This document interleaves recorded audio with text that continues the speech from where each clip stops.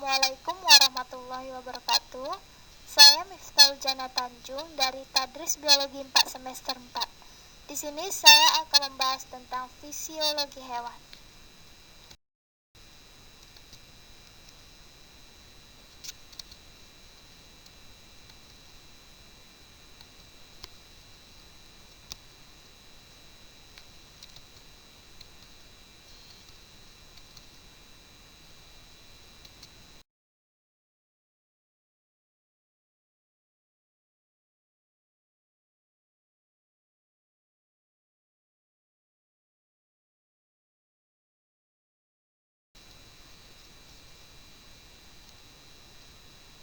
Sistem pernapasan pada hewan amfibi.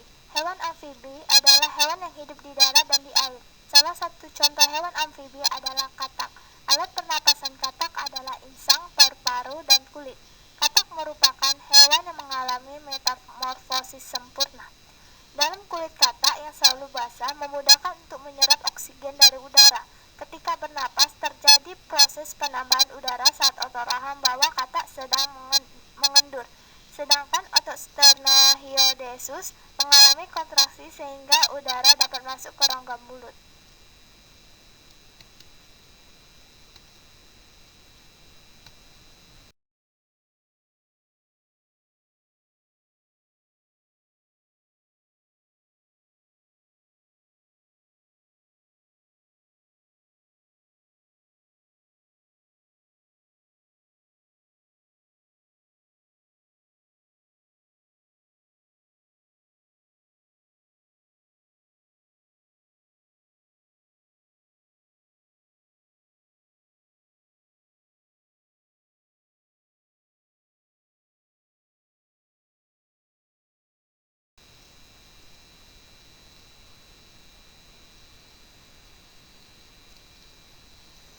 Selanjutnya, proses pernapasan pada ikan. Ikan bernapas menggunakan insang. Proses pernapasan ikan terjadi dengan cara membuka dan menutupnya mulut secara bergantian dengan membuka dan menutupnya insang. Proses pernapasan ikan terdiri dari dua tahapan, yaitu tahapan inspirasi dan tahapan ekspirasi. Pada tahapan inspirasi, mulut ikan membuka dan menutup insang sehingga air masuk ke dalam rongga mulut. Sedangkan ekspirasi, mulut menutup dan tutup insang terbuka sehingga air mengalir keluar dan terjadi pertukaran gas.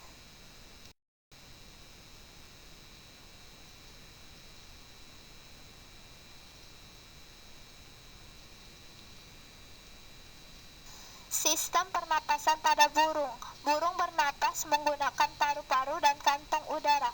Pada saat tidak terbang, burung hanya bernapas menggunakan paru-paru. Udara pernapasan masuk melalui hidung, lalu ke trakea dan bronkus, dan menuju ke paru-paru dan dialirkan ke pundi-pundi udara.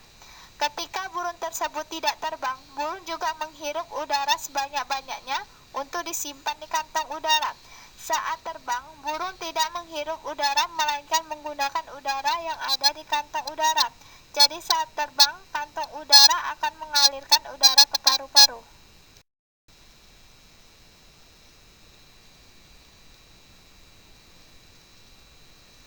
Selanjutnya, sistem pernapasan pada serangga. Serangga bernapas menggunakan trakea. Trakea memiliki struktur yang bercabang-cabang dan kemudian menembus struktur jaringan tubuh yang biasa disebut dengan trakeal. Trakea akan berakhir pada lubang kecil yang disebut dengan spirakel. Spirakel merupakan tempat keluar masuknya udara pada serangga. Sistem pernapasan pada serangga dibagi menjadi 3 tahap, yaitu inspirasi, pertukaran gas, dan ekspirasi. Pada inspirasi, udara luar masuk melalui spirakel menuju ke trakea sampai ke sel-sel tubuh. Sementara pertukaran gas terjadi di dalam trakeal. Dan yang terakhir ada ekspirasi, yaitu karbon dioksida yang akan menuju ke trakea dan keluar melalui spirakel.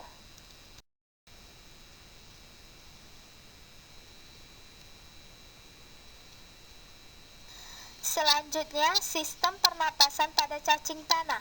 Cacing tanah tidak memiliki organ pernapasan khusus. Cacing tanah bernapas menggunakan permukaan kulit yang banyak mengandung pembuluh darah.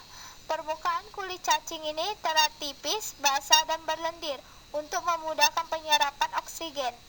Oksigen diserap melalui permukaan kulitnya dan kemudian diikat oleh darah dan diedarkan ke seluruh tubuh.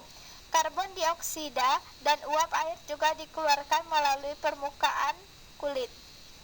Karbon dioksida tersebut akan dihasilkan dari proses pernapasan dan dikeluarkan dari tubuh cacing dengan cara yang serupa melalui permukaan kulitnya. Proses pernapasan pada cacing lebih mudah terjadi jika kulitnya lembab, karena cacing sangat suka hidup di tempat yang lembab dan berair.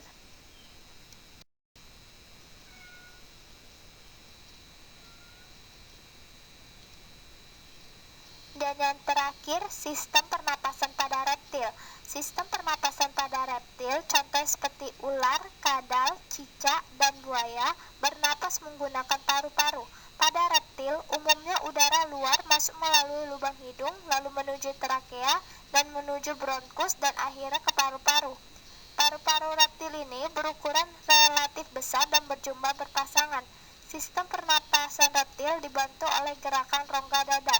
Reptil tidak memiliki sekat diafragma dan bernapasan diatur oleh otot interkostae.